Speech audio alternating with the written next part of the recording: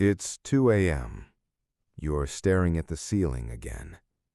The only light in the room is the cold blue glow of your phone on the nightstand. You feel broken. Your entire life you've been sold one simple truth.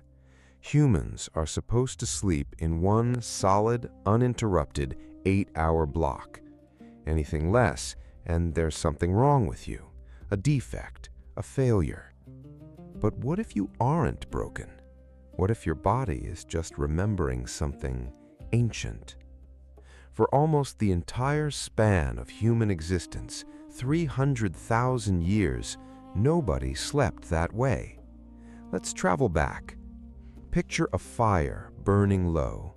Outside, a vast, dark sky, blazing with stars untouched by city lights.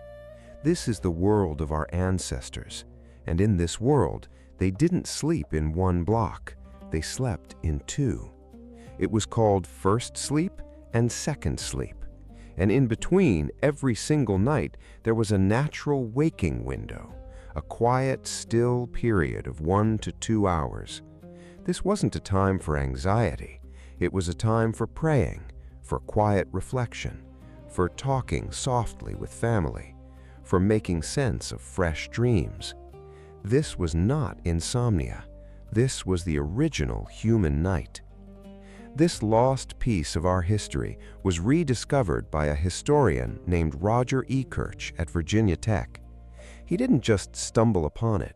He spent 16 years digging through archives. He found over 500 references to first sleep and second sleep hidden in plain sight. They were in diaries, in court records, in prayer books and medical texts. They appeared in literature from Homer's Odyssey all the way to the novels of Charles Dickens.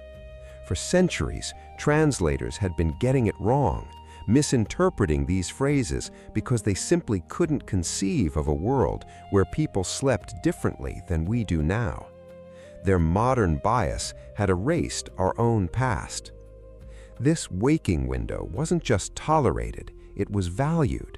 It was a productive, sacred time. Medieval doctors actually recommended the period between first and second sleep as the best time for quiet study and contemplation, when the mind was clear. A French physician from the 16th century even wrote that it was the ideal time for couples to conceive children, and that they did it better then. It was a recognized, useful, and deeply human part of the night. When E. Kirch finally published his groundbreaking research, something incredible happened. He started getting emails. They came from people who had been labeled insomniacs, people who had spent decades feeling broken, just like that person staring at the ceiling at 2 a.m. They wrote to express their profound relief. For the first time, someone was telling them that waking in the middle of the night wasn't a malfunction, it wasn't a disorder. Viewed from the long, deep arc of human history, it was completely natural. It was a memory, an echo of a rhythm our bodies haven't forgotten. So if this segmented sleep was our natural pattern, our biological inheritance for 300,000 years, what happened?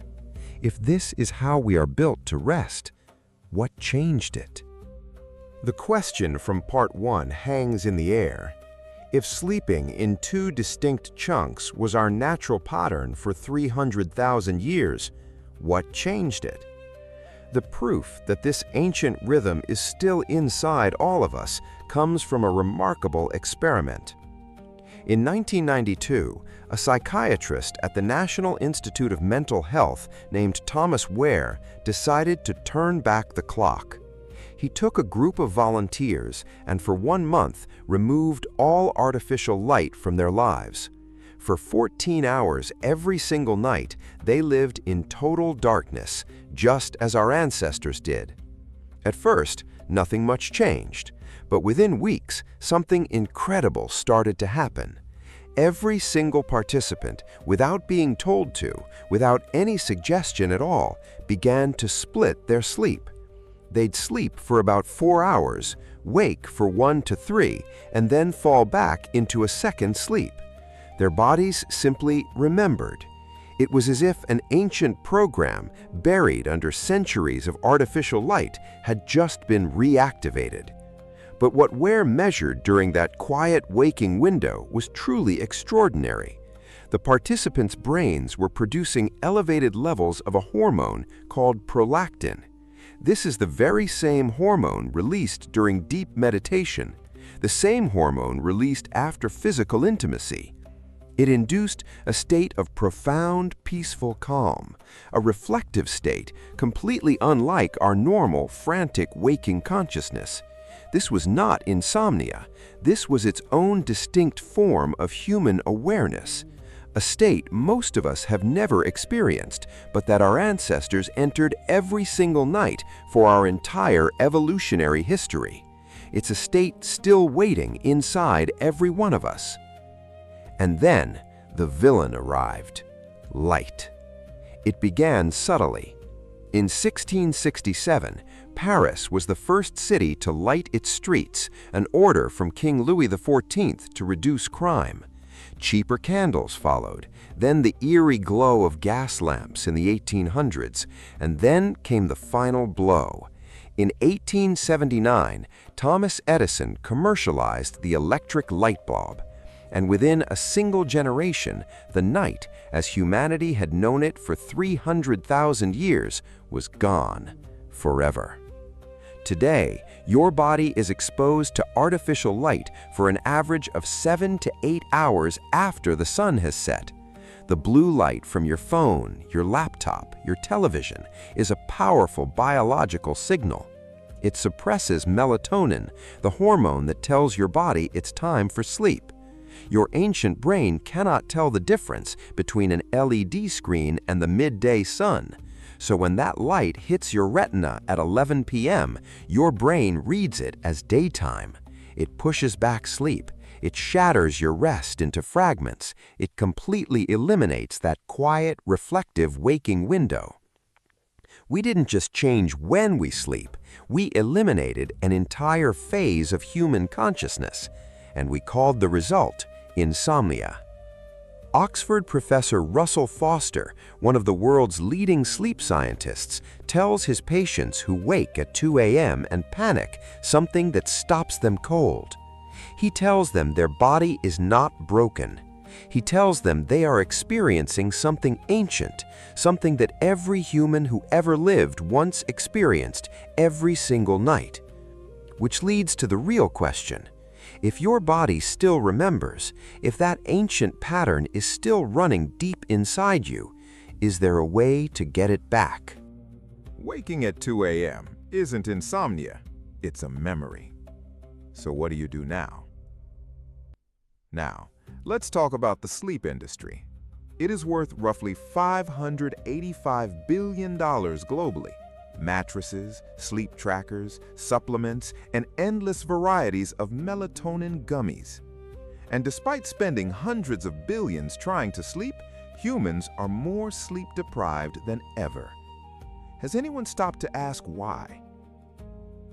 So, the reason you cannot sleep may not be the wrong mattress or bedtime routine. It may be that you have a body built for 300,000 years of darkness and firelight, and you are trying to run it in a world that has existed for barely 150 years. The body is not broken, the world is new, but nobody can sell you that answer. So what happens at 2 a.m.? You wake up, your brain starts running. You check the time, not for information, but for reassurance. You calculate how much sleep remains. Every minute becomes a problem. You reach for your phone. One notification becomes a headline. Your eyes absorb blue light. Your brain receives the signal that morning has arrived. It hasn't. Now the thinking begins. You replay something embarrassing. You worry about money, not productively in a 2 a.m. way. You wonder if you locked the front door. You get up and check. You return to bed. You try to force sleep. This never works. Sleep is not a task. Sleep is surrender. Eventually, you drift shallow, the alarm rings, you wake exhausted, and you tell yourself you have insomnia. Maybe. Or maybe you have a phone and a broken relationship with the dark. Same night, different century. Your ancestor 50,000 years ago. No screens, no notifications. Darkness arrives. Melatonin arrives. They fall asleep. 4 hours later, they wake naturally. The fire burns low. The stars are bright. They do not check the time. They think slowly, talk quietly, breathe. Sleep returns on its own. They do not force it. They do not track it. They simply allow it. There is something strange about needing an app to tell you how you slept. You already know, but the app gives you a score, a grade for your unconsciousness. Your ancestor never received a sleep score. They received a sunrise. Measuring sleep creates anxiety. Anxiety creates worse sleep. We have turned sleep into a test, and then we wonder why we fail it. Here's the truth the industry does not want you to hear. You already know how to sleep. Your brain has been running your sleep cycle with precision your entire life. It does not need an app. It needs darkness, time, and for you to stop fighting it. So, here's what you do. Tonight, for free. 1 hour before bed, dim everything. Warm light only. At bedtime, put your phone in another room. When you wake in the night, do not check the time. That is the most important instruction here. The time is irrelevant. You are awake. That is all. Lie still. Let your mind wander. Think about someone you love. Breathe slowly. In for 4, hold for 4, out for 6. Sleep will return not because you forced it, but because you stopped fighting it. Waking at 2 a.m. does not mean your sleep is broken. It means you are human, completely, anciently, correctly human. Not even 150 years of electric light and blue light and sleep tracking apps could erase what 300,000 years of evolution wrote into your DNA. Your body remembers a world of fire and stars and the sacred dark. A world where waking in the night was not a problem to be medicated. It was a gift, a pause between first sleep and second sleep, when the mind was most clear and the world was most still. You have been calling that gift insomnia. It is not insomnia. It is a memory. And every night at 2 a.m., your body is trying to give it back to you. Put the phone down. Lie in the dark. Let your ancient mind do what it has always known how to do. You are not broken. You are ancient. And now you know exactly what to do about it. If something in this felt true, not new, but true, like something you already knew but hadn't heard said out loud, that's what Ash and Origins is built on. Ancient answers to modern problems. Subscribe, and we'll find more of them together.